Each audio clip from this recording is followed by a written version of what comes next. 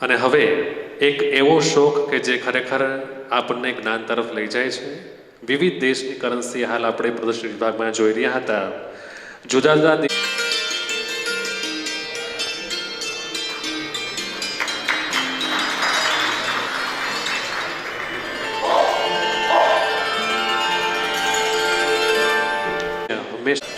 ચાલો તાળીઓના ગરિમા સાથે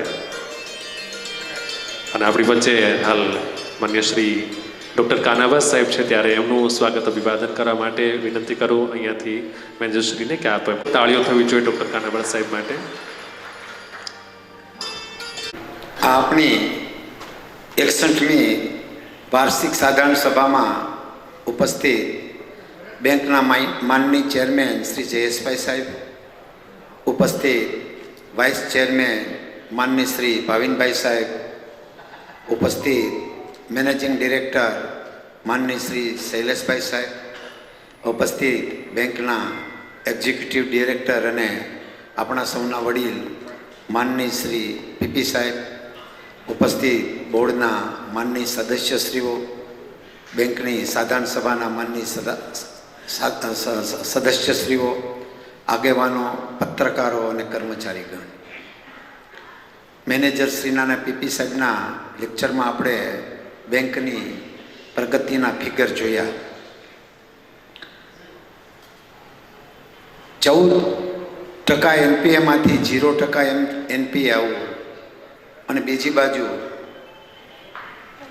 23 વર્ષથી એનપીએને 0 રાખવું, સાથોસાથ 5 કરોડનો નફો કરવો, આ બે વસ્તુઓ એકસાથે ભાગ્યે જ મેળ બેસતી હોય.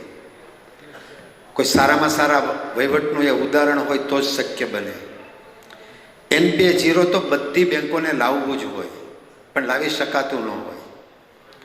ધિરાણો મુદત વીતેલ હોય તો એ મુદત વીતેલ ધિરાણ જાણે કે આવવાનું જ નથી એમ માનીને હિસાબોના હવાલા નાખવામાં આવતા હોય. એને એનપીએ 0 કરવા માટે તો સારો વહીવટ ન હોય અને મુદત વીતેલ ધિરાણનો આંકડો બહુ મોટો હોય તો નફો બેસે જ નહીં. એક બાજુ 5.25 કરોડનો નફો બેસાડવો અને એક બાજુ એનપીએને 0 જાળવી રાખવું, અને એ 1 વર્ષ માટે નહીં, 23 વર્ષથી આ નાની સૂની વાત નથી. અને આ હું માનું છું ત્યાં સુધી પીપી સાહેબની કાર્યશૈલીને આભારી છે બેંકને માટે. સૌથી પહેલાં તો સૌ કોઈએ ધિરાણ લીધું હોય એને બેંકમાં ભરવું જ હોય, અને ભરવા માટે લીધું હોય, ધંધાના વિકાસ માટે લીધું હોય. ભરવું હોય તો પણ ન ભરી શકે, સંજોગો એવા થયા હોય, સારા નરસા વર્ષો આવ્યા હોય, એમાં પણ 0% એનપીએ બેસાડવું એ શરમ ધરમ નહીં રાખવાના મેનેજમેન્ટની સિસ્ટમને આભારી હોય છે. શરૂઆતમાં આપણે જોતા પીપી સાહેબે નવી સિસ્ટમ લાવ્યા હતા ઉઘરાણીની, કોઈની શરમ નહીં, નો ઓળખીતા, નો પીછાણ, નો કાંઈ. એ બેંકના હિતમાં એમણે લીધેલા ડિસિઝનોને કારણે બેંકની આ પ્રગતિ હોય એવું આપણે સૌ સમજીએ છીએ, જાણીએ છીએ.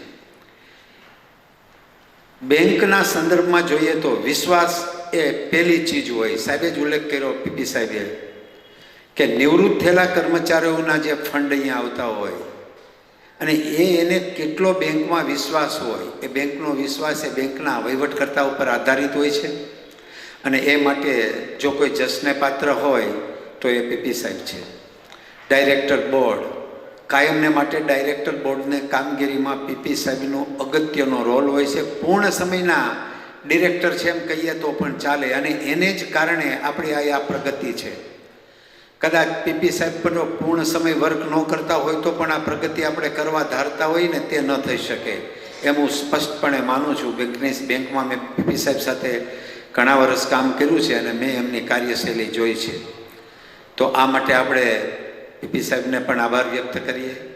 અને આજની આ સભામાં આપણને જે ફિગર્સ મળ્યા એ ફિગર્સ આગળ ને આગળ વધતા જાય એવી અપેક્ષા સાથે હું વિરમું છું. જય હિન્દ, જય ભારત.